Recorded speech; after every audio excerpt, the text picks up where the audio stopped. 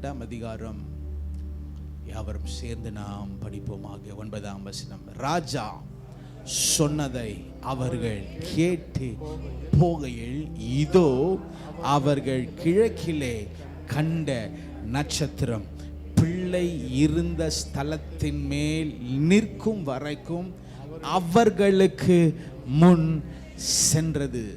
2 முறை சொல்லுங்க பார்க்கலாம். அவர்களுக்கு முன்பதாக முன் சென்றது. சுத்தமா சொல்லுங்க பார்க்கலாம். அவர்களுக்கு முன் சென்றது. இன்னொரு முறை அவர்களுக்கு முன் சென்றது. பரிசுத்த பிதாவே, இந்த காலை ஆராதனைக்காக நன்றியோடு ஸ்தோத்தரிக்கிறோம்.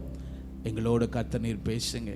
முதல் வரிசையிலிருந்து கடைசி வரிசை வரைக்கும், லெஃப்ட்ல இருந்து ரைட் வரைக்கும் ஆண்டவரே, இங்க இருக்கிற அமர்ந்திருக்க ஒவ்வொருவர் மேலும், அதே போல பார்த்து கொண்டிருக்கிற ஆண்டவரே ஒவ்வொருவர் மேலும் கர்த்தருடைய கரம் இப்பொழுது இறங்குவதாக.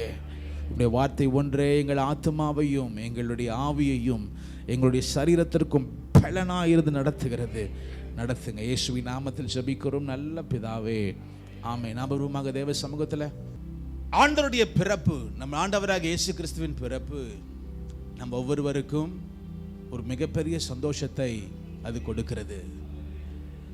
ஆண்டவராக இயேசு கிறிஸ்து இந்த உலகத்தில் பிறக்கும் பொழுது அநேக ஜனங்கள் அவர் பிறப்பை குறித்து அறிந்தார்கள். ஒவ்வொருவருக்கும் ஆண்டவர் வித்தியாசமான முறையில் அவர்களுக்கு நடத்தினார். வேதம் சொல்லுகிறது, மெய்ப்பர்கள் அவர்கள் ஆண்டவராகிய இயேசு கிறிஸ்துவினுடைய பிறப்பை அவர்கள் கேட்ட பொழுது வேதம் சொல்லுகிறது, ஒரு தேவ தூதன் அவர்களுக்கு அந்த ராத்திரியிலே தரிசனமாகி, பயப்படாதிருங்கள், எல்லா ஜனத்திற்கும் மிகுந்த சந்தோஷத்தை உண்டாக்கும்.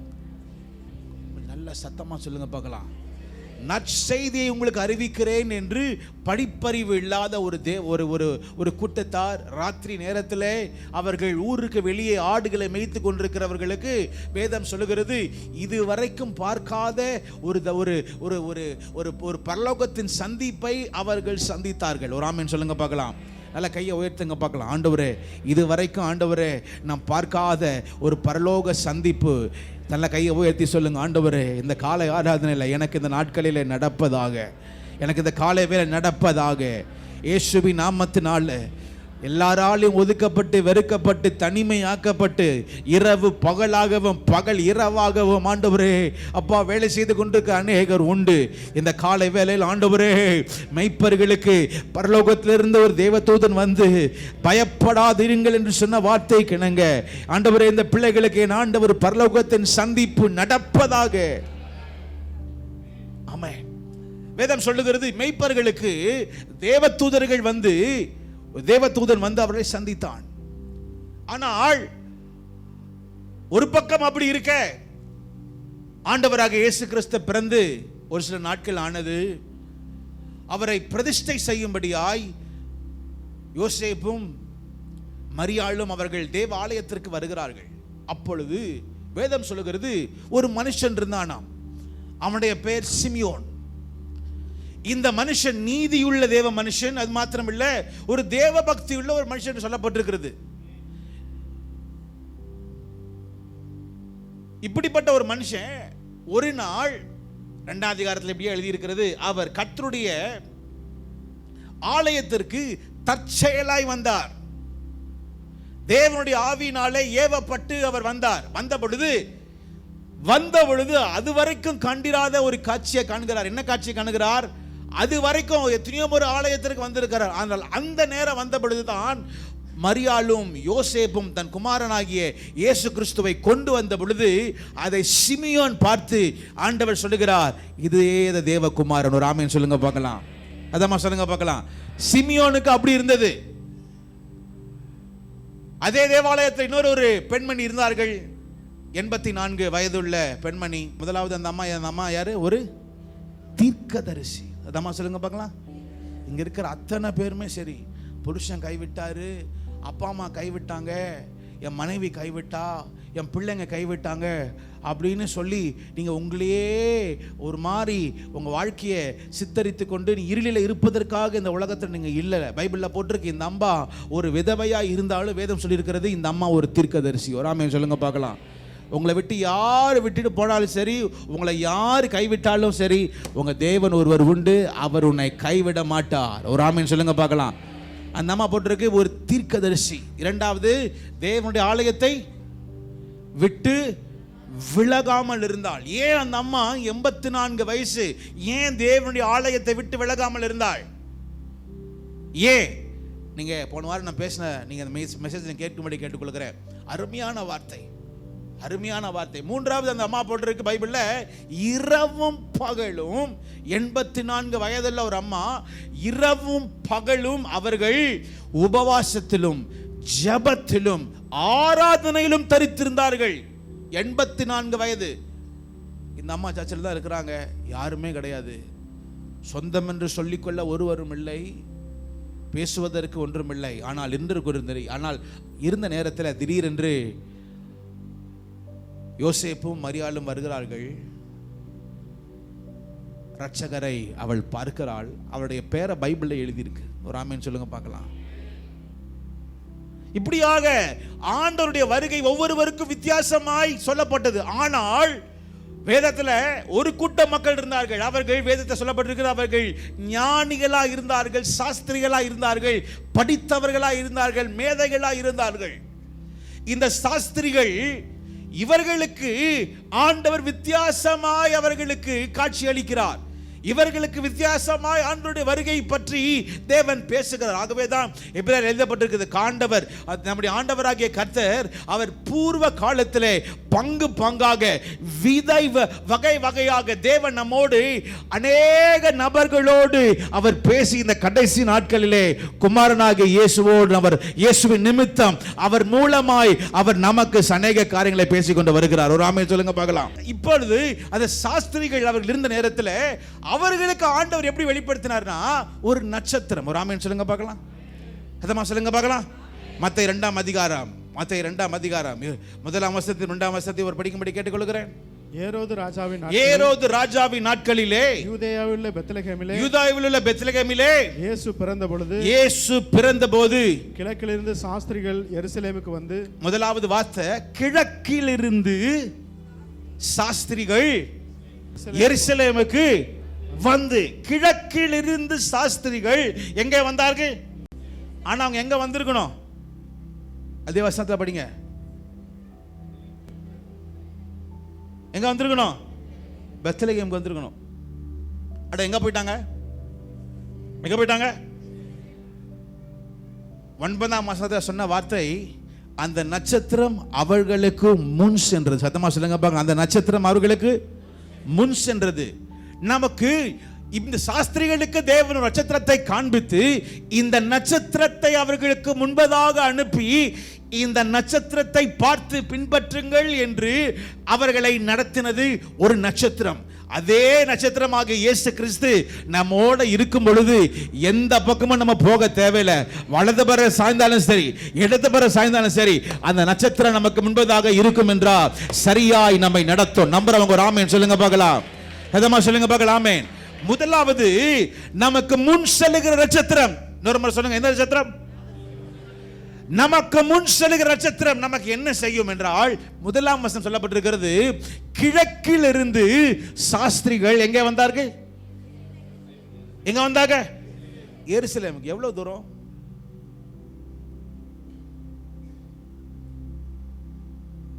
எவ்வளவு தூரம் சொல்வதற்கு நம்பர் இல்லை. ஆனால் ஒன்று மட்டும் நமக்கு தெரியுது, வெகு தூரமாய். சரி, இன்னொன்று சொல்லட்டுமா? பைபிளில் எத்தனை சாஸ்திரிகள்னு போடலை. ஆனால் அங்கே 3 பொக்கிஷங்களை கொடுத்ததுனால அவன் என்ன, நமக்கு ஒரு காரியம் என்னன்னா, எத்தனை பேர் இருக்கலாம்? 3 பேர் இருக்கலாம் என்று நமக்கு தெரியும். அவங்க எவ்வளோ நாள் நடந்தாங்கன்னு பைபிளில் போடலை. ஆனால் ஒரு கணிப்பாய் சொல்லப்பட்டிருக்கிறது. ஏரோது ராஜா சொல்லுகிறார், 2 வயதுக்குட்பட்ட எல்லா பிள்ளைகளையும் என்ன பண்ணுங்க? கொன்று போடுங்கன்னு சொல்றார். 2 வயதுக்கு குறைந்திருக்கிற எல்லா பிள்ளைகளையும் கொன்று போடுங்கன்னா, அப்ப இயேசு பிறந்து எத்தனை வருஷம் ஆயிருந்திருக்கலாம்? எத்தனை வருஷம்? ஆல்மோஸ்ட் 2 வருஷம். 2 வயசு குழந்தை, 2 வயசு பிள்ளை. அப்ப இந்த சாஸ்திரிகள் தோராயுதமா எத்தனை வருஷம் நடந்திருக்காங்க? எத்தனை வருஷம்? நான் ஒண்ணே ஒன்று கேட்குறேன். நான் கடந்த நாட்கள் தேவ சமூகத்தில் அமர்ந்திருந்தேன். அப்ப வசனத்தை படித்துக் கொண்டிருந்த ஒரு வசனம் என்ன ரொம்பவும் டச் பண்ணுச்சு. பலிகளினால் உடன்படிக்கை செய்த பரிசுத்தவான்களை கூட்டுங்கள். பலிகளினால் உடன்படிக்கை செய்த பரிசுத்தவான்களை கூட்டுங்கள் என்று சங்கீதத்தில் ஒரு வசனம் இருக்கு. அந்த வசனம் என்ன ரொம்பவே என் இருதயத்தில் ரொம்பவும் தொட்டது. அப்ப ஒவ்வொருவருமே ஒவ்வொருவருடைய வாழ்க்கையில சில பலிகளை செலுத்த வேண்டிய ஒரு காலகட்டத்தில் நாம் இருக்கிறோம். சில பேர் எத்தனை நாள் ஃபாஸ்டிங் இருந்திருக்கீங்கன்னு கேட்டிங்கன்னா 3 நாள். எத்தனை பேர் கடந்த 2 மாசத்துல 3 மாசத்துல எத்தனை பேர் வந்து ஒரு 3 நாள் ஃபாஸ்டிங் இருந்திருக்கீங்கன்னு கேட்டிங்கன்னா எனக்கு தெரியல. எத்தனை பேர் கை உயர்த்துவீங்கன்னு தெரியல. சில பேர் 3 நாள், சில பேர் 21 நாள், சில பேர் 40 நாட்கள் ஒரு பலி செலுத்தினாங்க. ஒரு பலி செலுத்துகிறார்கள். பைபிளில் போட்டிருக்கு, கிட்டத்தட்ட ஒரு 6 மாதமா நெகேமியா ராத்திரி நேரத்தில் அவர் ஜெபம் பண்ணினாருன்னு இருக்கு. ஆனால் இந்த சாஸ்திரிகள் எத்தனை வருஷம் பலி செலுத்திட்டு இருந்திருக்காங்க? எத்தனை வருஷம்? 2 வருஷம். அதுவும் நிச்சயமா கிடையாது. தேவதூதனால் வந்து சொன்னாப்ல, உங்களுக்கு இரட்சகர் பிறப்பாருன்னு சொல்லல, பிறக்க போகிறாருன்னு சொல்லல, பிறந்திருக்கிறார் நிச்சயமா சொன்னாங்க. ஆனா இவர்களுக்கு ஒரு நிச்சயமான இல்ல. ஆனாலும் ஒரே ஒரு நட்சத்திரத்தை திடீர்னு பார்த்தாங்க. பைபிள்ல போட்டிருக்கு, ஒரே வார்த்தை தான், முன் செல்லும் நட்சத்திரம். இன்னொரு முறை சொல்லுங்க பார்க்கலாம். இன்னொரு முறை சொல்லுங்க பார்க்கலாம். அவ்வளவுதான், அது முன் செல்லுகிற நட்சத்திரம். முதலாவது அந்த முன் செல்லுகிற நட்சத்திரம் என்ன பண்ணுச்சுன்னா, இவர்களை வெகு தூரம் அவர்களை நடத்துகிறது. ஒரு ஆமென் சொல்லுங்க பார்க்கலாம். சத்தமா சொல்லுங்க பார்க்கலாம். எவ்வளவு தூரமா? சத்தமா சொல்லுங்க பார்க்கலாம். வெகு தூரம். உங்களுடைய ஒவ்வொருத்தருடைய வாழ்க்கையிலுமே சரி, நாம் பிரயாணிக்க வேண்டிய தூரம் அதிகம் உண்டு. பைபிள்ல ஒரு சிலர் தான் இருக்கிறாங்க ரொம்ப தூரம் பிரயாணம் பண்ணாங்களாம். பைபிள்ல போட்டிருக்கு, ஆபிரகாம் அவன் தேவன் சொன்ன நகரத்திற்கு அவன் பிரயாணப்பட்டு கொண்டே இருந்தான். பிரயாணமா போய் கொண்டிருந்தான். அது 75 வயதாச்சு. சுகவீனங்கள், பலவீனங்கள், வயது சென்றவனா இருந்தான். ஆண்டவர் சொன்னார், நான் ஒரு குமாரனை கொடுப்பேன்னு சொன்னார். அதை நம்பி அவன் பிரயாணப்பட்டு கொண்டே இருக்கிறான். ஒரு முடிவே இல்லை. பைபிள்ல ஒரு சில ஆட்கள் தான் நல்ல ஒரு இந்த பிரயாணங்கள். அது அடுத்தது ஒரு பைபிள்ல போட்டிருக்கு, பவுல் அவர் செய்த பிரயாணங்கள் விவரிக்கவே முடியாது. கப்பல் அவர் பிரயாணித்த பொழுது எத்தனை முறை புயல் காற்றில் அடிக்கப்பட்டு ஒரு படகை வைத்துக் கொண்டு, ஒரே ஒரு மரத்தை வைத்துக் கொண்டு அக்கறைக்கு வந்து செல்கிறார். நிர்வாணமாய், பசி, பட்டினி, ஜனங்க இவரை ஏற்றுக்கொள்ளல. எந்த இடத்துக்கு போனாலும் அடி உத, எந்த இடத்துக்கு போனாலும் கஷ்டங்கள், நிந்தைகள், அவமானங்கள். ஆனாலும் தேவன் கொடுத்த அந்த அழைப்பை நோக்கி கொண்டு இந்த பவுல் பிரயாணப்பட்டு கொண்டு இருக்கிறார். அதே போலதான் இந்த சாஸ்திரிகளும் சரி ஒரு பிரயாணத்தில் போறாங்க. இங்க இருக்க அத்தனை பேருமே சரி, திரும்ப சொல்லுகிறேன், நம்ம எல்லாருக்குமே ஒரு பிரயாணம். நம்ம எல்லாருக்குமே என்னது, நாளைக்கு என்ன நடக்க போகுதுன்னு உங்களுக்கு தெரியாது. 10 வருஷத்துக்கு என்ன நடக்க போகுதுன்னு தெரியாது. 20 வருஷத்துக்கு என்ன நடக்க போகுதுன்னு. ஆனா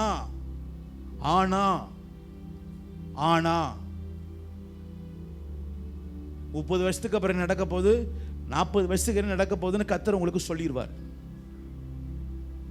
நான் ஏன் சொல்றேன், வெகு தூரமானாலும் சரி நமக்கு முன் செல்லுகிற என்ன உண்டு? சத்தமா சொல்லுங்க பார்க்கலாம். நட்சத்திரம் உண்டு. அது நம்மை நடத்த உண்மையுள்ளதா இருக்கிறது. ஒரு ஆமென் சொல்லுங்க பார்க்கலாம். பாஸ்டர், இன்னை எப்படி இதை நடத்த போகிறேன்னு தெரியல, இது எப்படி இது ஓட போகுதுன்னு தெரியல, இந்த காரியத்தை எப்படி நான் சுமக்க போகிறேன்னு தெரியல, ரொம்ப தூரம் போக வேண்டியது இருக்கிறது. இந்த பிள்ளைகளை, என் புருஷனை, என் மனைவி, இந்த கம்பெனியை, இந்த வேலையை, இது எப்படி செஞ்சு முடிக்க போறது, ரொம்ப பெரிய பிரயாணமா இருக்கு. அந்த பிரயாணத்துக்கு தான் கர்த்தர் சொல்லுகிறார், நான் உனக்கு முன்பதாக போகிறேன். நான் உனக்கு முன்பதாக போனால் கர்த்தர் சகலத்தையும் கோணலானவைகளை அவர் செவையாய் மாற்றுகிற தேவனாய் இருக்கிறார். நல்ல கையை தட்டுங்க பார்க்கலாமே.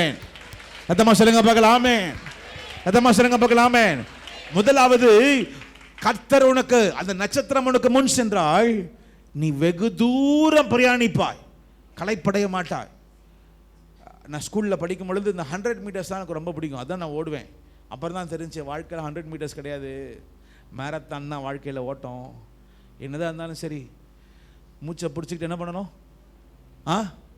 ஓடிக்கிட்டே இருக்கணும். we have to run run run run run run run run. நடுவில் போகும்போது தண்ணி கொடுக்குறானா கொடுக்கலையோ, அப்படி தான் ஒரு தடவை என்ன பண்ணேன், எங்கள் ஸ்கூலில் மேரத்தான் வந்து ஓட ஆரம்பித்தேன். சரி நமக்கு வருதா வழியோ ட்ரை பண்ணலாமேன்னு ஓட ஆரம்பித்தேன். எங்கள் ஸ்கூலில் இருந்து அப்படியே போய் அந்த கோட்டர்புரம் ரைட் சைடு வந்தேன் பாருங்க, முடியல. ஆனாலும் ஓடினேன் பாருங்க, திடீர்னு ஒரு நாய் ஒன்று பக்கத்தில் வந்துச்சு பாருங்க, அதோட மேரத்தானே நிறுத்திட்டேன். நமக்கு இந்த மேரத்தான் நமக்குலாம் 100 மீட்டர்ஸ் தான் செட் ஆகும்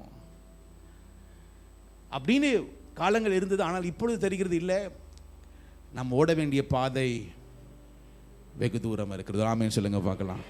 கர்த்தர் உங்களுக்கு குடும்பத்தை கொடுத்தார், கர்த்தர் உங்களுக்கு பிள்ளைகளை கொடுத்தார், கர்த்தர் நமக்கு சபையை கொடுத்தார், இந்த தேசத்தை கொடுத்தார். என்ன காரியம் இருந்தாலும் சரி, வெகு தூரமாக இருந்தாலும் நம்மை நடத்துகிற, முன் சென்று நடத்துகிற ஒரு நட்சத்திரம் உண்டு அப்படின்னு நம்புறவங்க நல்ல சத்தத்தை ஊற்றி ஆமென் சொல்லுங்க பார்க்கலாம். ஹல்லேலூயா. இரண்டாவது, அதே மத்தேயு 2ஆம் அதிகாரம் 2ஆம் வசனத்தை படிக்கும்படி கேட்டுக்கொள்கிறேன். யூதருக்கு ராஜாவாக பிறந்திருக்கிறவர் எங்கே? கிழக்கிலே அவருடைய நட்சத்திரத்தை கிழக்கிலே அவருடைய நட்சத்திரத்தை கண்டு. இரண்டாவது நட்சத்திரம் சொல்லுகிறார், அதே சொல்லுகிறார். சரி, இந்த நட்சத்திரத்தை ஆண்டவர் எப்ப உண்டாக்குனார்? நம்ம சாம்பார் ரசம்லாம் வைக்கிறோமே, அப்பப்ப அப்படி ஆண்டவர் உண்டாக்குறாரா நட்சத்திரங்கள்? சொல்லுங்க. எல்லாருக்குமே தெரியும், ஆதியாகமம் 1ஆம் அதிகாரத்தில் தெரியும், நட்சத்திரங்களை கர்த்தர் என்ன பண்ணாரு? உண்டாக்கினார். இந்த நட்சத்திரங்கள் எல்லாமே ஆண்டவரால் உண்டாக்கப்பட்ட நட்சத்திரம். ஆனால் ஒரு காலம் வரைக்கும் அந்த நட்சத்திரம் எப்படி பண்ணிருந்துச்சுன்னா மறைந்திருந்தது. நல்லா புரிஞ்சுங்க, ஒரு காலம் வரைக்கும் அந்த நட்சத்திரம் மறைந்திருந்தது. இயேசு கிறிஸ்து பிறந்த உடனே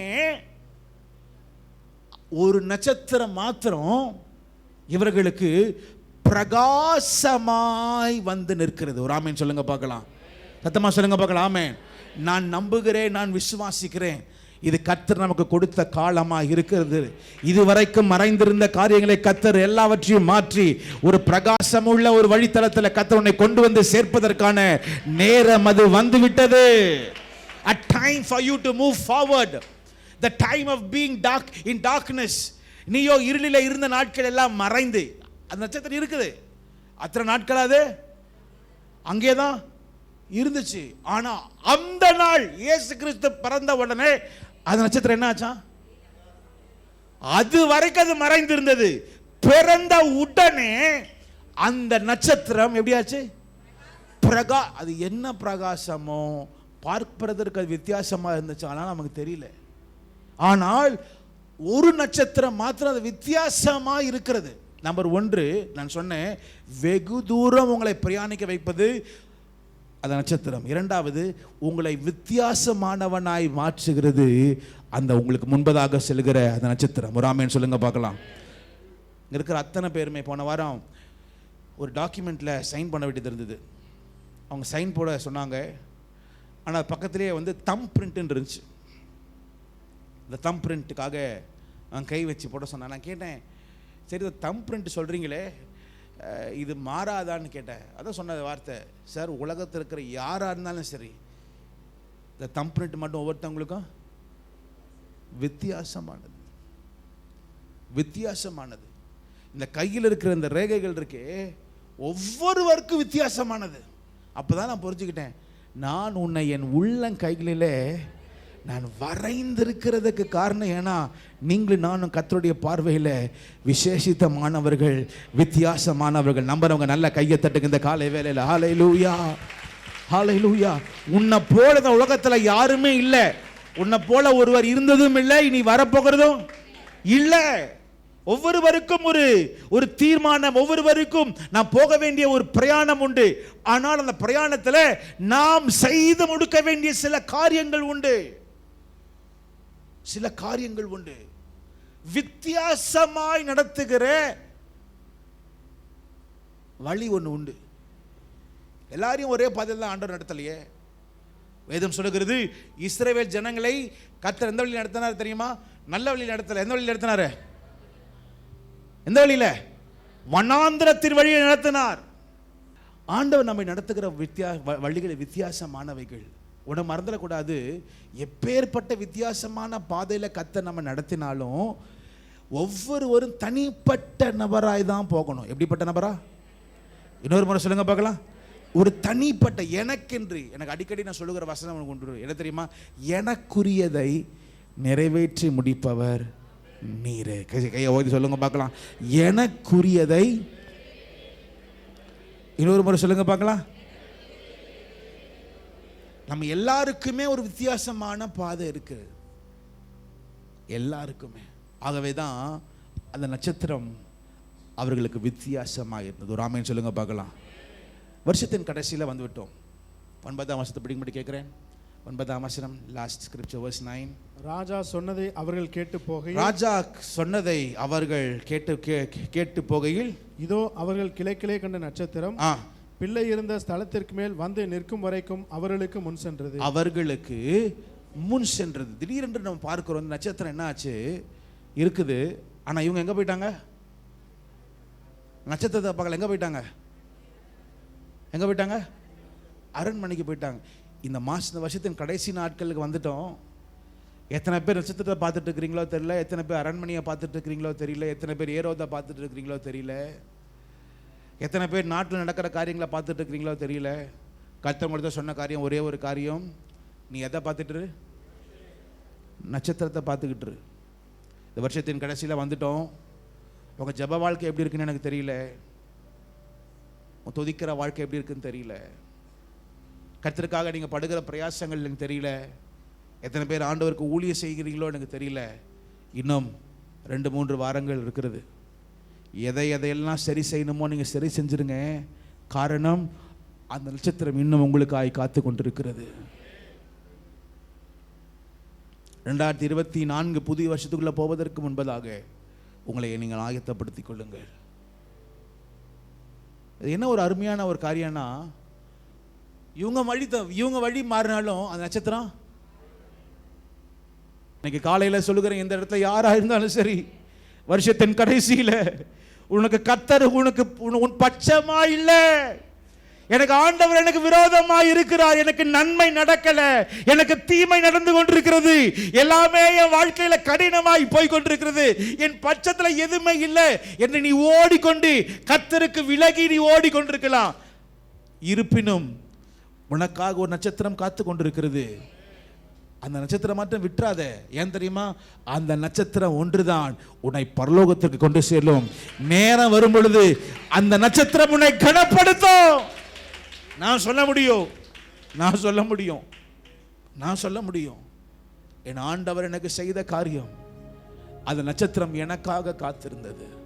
அந்த ஆள் நான் இன்னைக்கு நம்புறேன், அந்த ஆள் ஒருவேளை தேவதூதனா இருப்பாரோன்னு இன்னைக்கு நான் நம்பிட்டு இருக்கிறேன். அவர் யாருன்னு எனக்கு தெரியாது, நான் யாருன்னு அவருக்கு தெரியாது. ஒரே ஒரு வார்த்தை, தம்பி என்ன விஷயமா போறீங்கன்னு சொன்னாரு பாருங்க. அந்த ஒரு வார்த்தை என்னை தப்பித்து இனி மீண்டும் அவர் வைத்த பாதையில என்னை கொண்டு வந்து சேர்த்தது. இந்த வருஷத்தின் முடிவுக்குள்ள நான் திரும்ப சொல்லுகிறேன், உன் நடத்துகிற ஒரு ஆண்டவர் ஒருவர் உண்டு. உன் காரியங்கள் முடிந்தது நினைச்சிட்டு இருக்கிறியா? உன் வாழ்க்கை முடிந்தது நினைச்சிட்டு இருக்கிறியா? இல்ல, கர்த்தரால முடியாத காரியம் ஒன்றுமே இல்லை. நீங்க போடுற கணக்கு உண்டு, கர்த்தர் போடுகிற கணக்குக்கு நமக்கும் ஒரு சம்பந்தமே இல்லை. அவர் பாதத்துல நீ வந்து விழு, கர்த்தர் உனக்காக யாவையும் செய்து முடிப்பார்.